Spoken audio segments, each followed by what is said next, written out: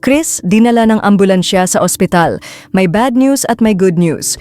Unahin na agad natin ang bad news para happier ending tayo later sa good news. Last Saturday, 5 ang tumawag at nagtanong. 4 na mga kaibigan sa press at auntie ko ang isa pa. Sa unang nagtanong pa lang, muntik na akong tubuan ng nerbiyos. Parang yumanig ang earth at bigla akong nahilo. Kung totoo raw ang information na nakarating sa editorial desk nila, si Chris Aquino raw, dead na. Paanong dinenerbyusin? Ilang araw kaming di nagkontakan ni Chrissy after ng successful surgical procedure sa kanyang blood clots. Kasi okay naman na, unlike pag may emergency or critical situations na kailangang nakaantabay o nakaalalay. Halimbawa, kahit nagtatanim ako sa Bicol, inuumpisahan kong magpalaganap regenerative farming sa aming upland community. May mga araw na di pwedeng magtagal sa lugar na walang signal. Kailangang nasa tabi lang ang phone. Ayaw kong natatagalan ng reply kung may messages si Chris.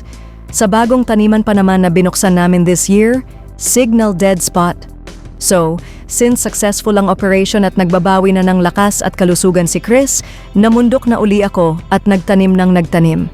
Pagkatanggap ko sa unang tawag, nangumusta ako agad sa isa sa mga nag-aalaga kay Chris. Ang sagot sa akin, sleeping po. Saka lang ako nakahinga ng maluwag. Nagkakontakan kami ni Chrissy sa messaging app kinagabihan, and yes, good news, she's really alive. Sinabi ko ang kumakalat na death hoax sa ilang dyaryo. Maybe coming from here, reply niya na sinundan ng pictures na kuha sa kanya sa hospital bed. You know my BP, blood pressure, was going crazy. My white blood cells dropped, waiting for my doctors to explain. Nag-send siya ng photos kuha sa resulta ng kanyang blood pressure monitor. My BP now. Scary, mensahe niya.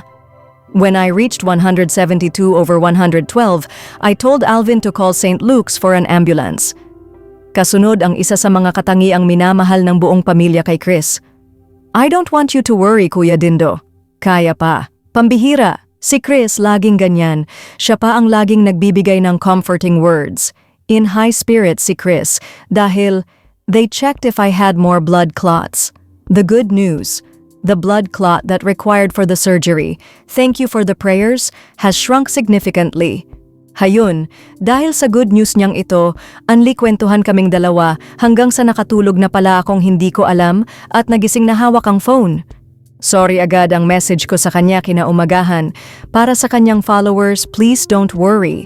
Marami pa ring dinaramdam at ginagamot kay Chris, pero lagi pa ring matapang sa buhay. Siya na mismo ang nagsabi, kaya pa? Marami pang susunod na posts. Ito ang latest update kay Chris Aquino na ipinaabot ng kanyang matalik na kaibigan na si Dindo Balares ngayong araw ng Huwebes, September 4R. Bagamat dumaraan pa rin sa matinding pagsubok ng mga karamdaman ang Queen of All Media, mariin niyang pinabulaana ang mga kumakalat na fake news na pumanaw na raw ito. Patuloy pa ring nakikipaglaban si Chris at hiling nila sa mga nagmamahal kay Chris na ipagdasal na lamang ito para humaba pa ang buhay at tuluyang gumaling.